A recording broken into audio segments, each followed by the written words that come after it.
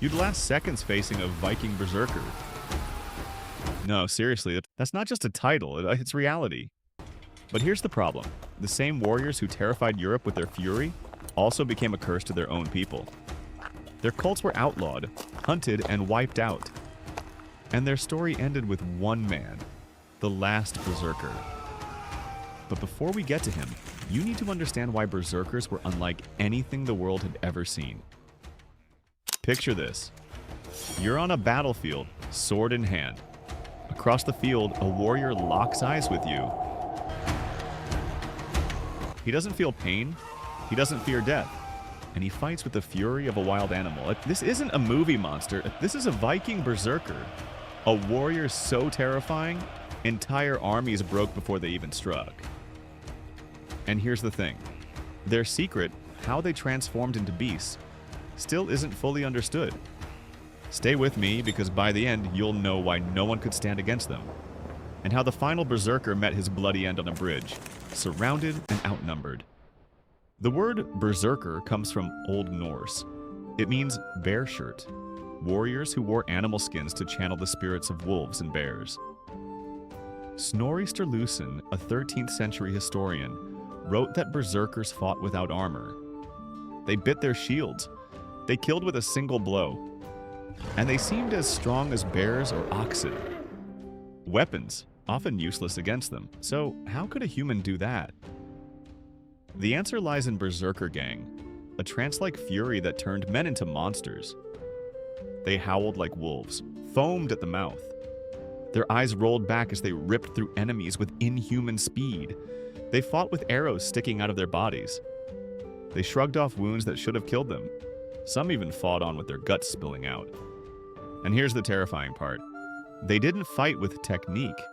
They fought with raw animal aggression. So unpredictable that even skilled warriors froze in terror. But what triggered this transformation? Some point to drugs, hallucinogens like Amanita muscaria mushrooms or henbane.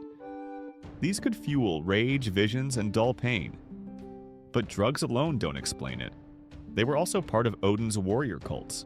They performed rituals, wore animal skins, even lived like beasts in the wilderness. Archaeology proves this. Swedish plates from the 6th century show Odin beside warriors in animal masks.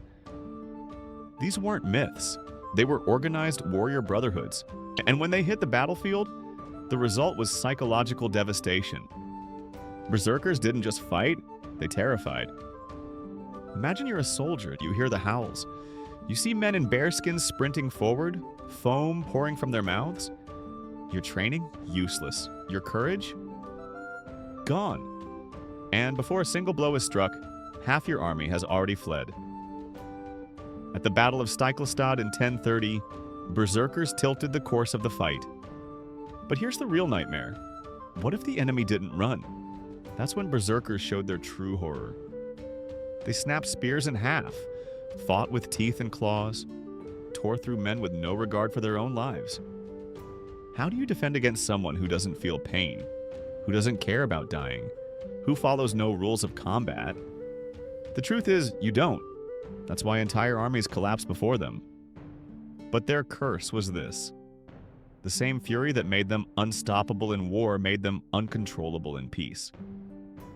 There are accounts of berserkers killing neighbors over insults, raiding their own villages, even butchering guests at feasts.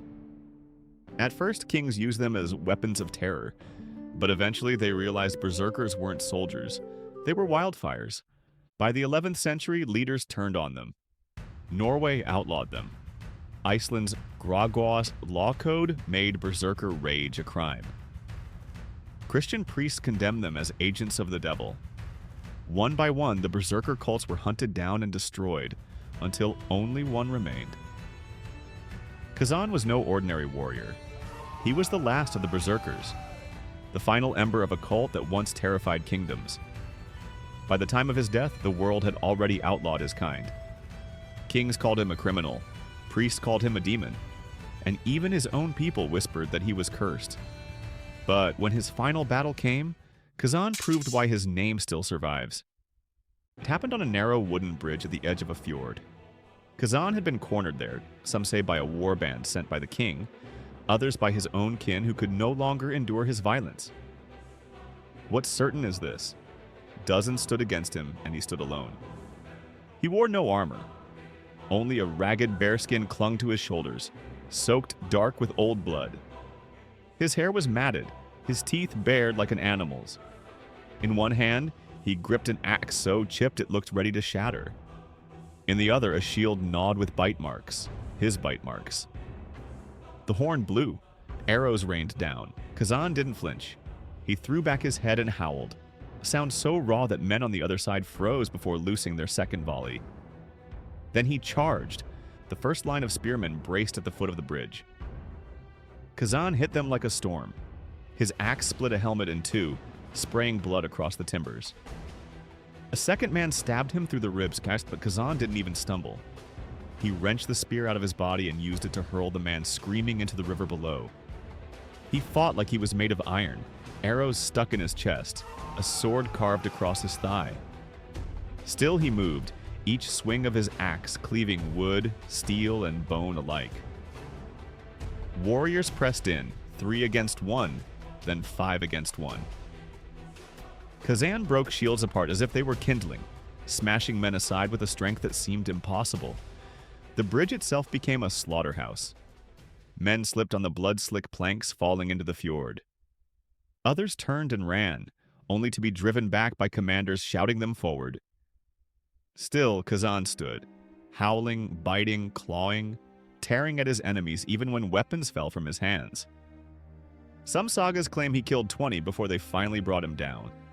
Others say it was 40. The number doesn't matter. What matters is that he would not fall. Pinned by spears, hacked at from every side, Kazan roared until his voice broke. Even as his body failed, he dragged one more man into the abyss with him.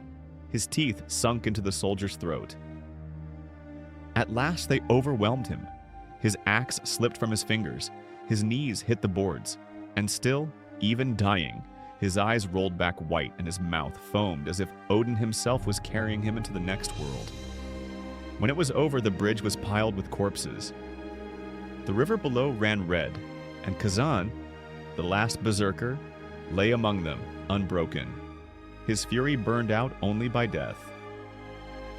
With him, the berserker cult died forever. No more howls in the night, no more warriors who felt no pain, no more men who fought like animals. Kazan was the last, and that's why his story survives, because 100 men may have stood against him. But only one man fought like that. So, could you survive one? The honest answer, no. Even trained medieval warriors often fled instead of fighting them. Your modern fitness, your combat training, even your confidence, none of it would matter, because you'd be facing a man who had abandoned his humanity, who fought like a rabid animal, and who didn't care if he lived or died. That was the reality of the Viking Berserker. Not Hollywood fantasy, historical fact. Warriors so feared that kingdoms banned them. So inhuman, they destroyed themselves, along with their enemies. And in the end, it took the death of Kazan, the last berserker, to close the chapter forever.